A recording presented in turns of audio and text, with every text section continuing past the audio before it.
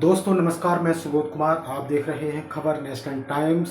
Samajwadi party के राष्ट्रीय अध्यक्ष अखिलेश यादव ने बांग्लादेश पर प्रतिक्रिया दी है। उन्होंने सोशल मीडिया मंच एक्स पर बिना किसी देश के नाम लिए लंबी पोस्ट लिखकर अपना बयान जारी किया है। और वहीं आपको बता दें कि उन्होंने देश में चल रहे आरक्षण के बवाल पर कभी कुछ नहीं बोला, जबकि बांग्लादेश पर बोल रहे हैं। और जहाँ तक कि बाबा साहब की मूर्ति संसद से हटाने पर भी कुछ नहीं बोले।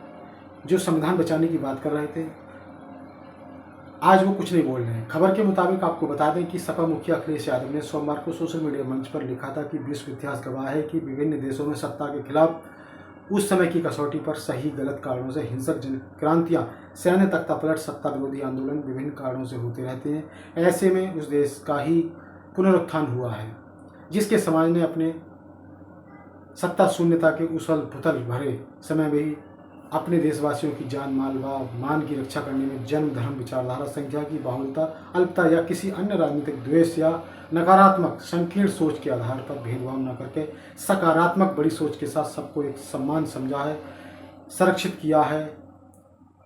और वहीं उन्होंने आगे लिखा है कि देश और देशवासियों की रक्षा करना हर देश का कर्तव्य होता है। सकारात्मक मानवीय सोच के आधार पर एक व्यक्ति के रूप में हर निवासी पड़ोसी देश की रक्षा करना भी हर सभ्य समाज का मानवीय दायित्व होता है। फिर वह चाहे किसी काल, स्थान, परिस्थिति में कहीं पर भी हो।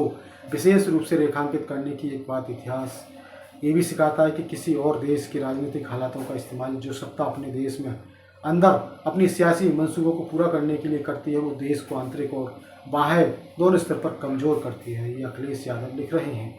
उन्होंने लिखा है कि कई बार किसी देश के आंतरिक मामलों से प्रभावित होने वाले किसी अन्य देश द्वारा एकल स्तर पर हस्तक्षेप करना वैश्विक राजनयिक मानकों पर उचित नहीं माना जाता, परंतु ऐसे में उस प्रभावित देश और उसके अपने सांस्कृतिक रूप से संबंधित व्यक्तियों की चातुर्दश रक्षा के लिए उस देश को अपनी मुक्त विदेश नीति को सक्रिय करते हुए विश्व बिरादरी के साथ मिलकर साहसपूर्ण सकारात्मक मुखर पहल करनी चाहिए, जिससे सार्थक समाधान निकल सके।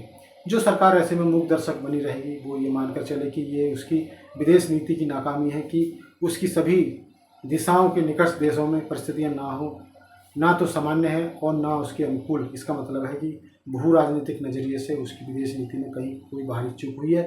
सांस्कृतिक निकटता के सूत्र से एक बड़े भौगोलिक क्षेत्र को बांधकर आपसी समझबूझ और भाईचारे से ही विश्व के विभिन्न अशांत भूखंडों में अमन चैन लाया जा सकता है। सकारात्मक सोच से जन्म, सौहार्द एवं शांति ही मानवीय समृद्धि का मार्ग है। ये अखिलेश यादव कह रहे हैं अपने बयान में।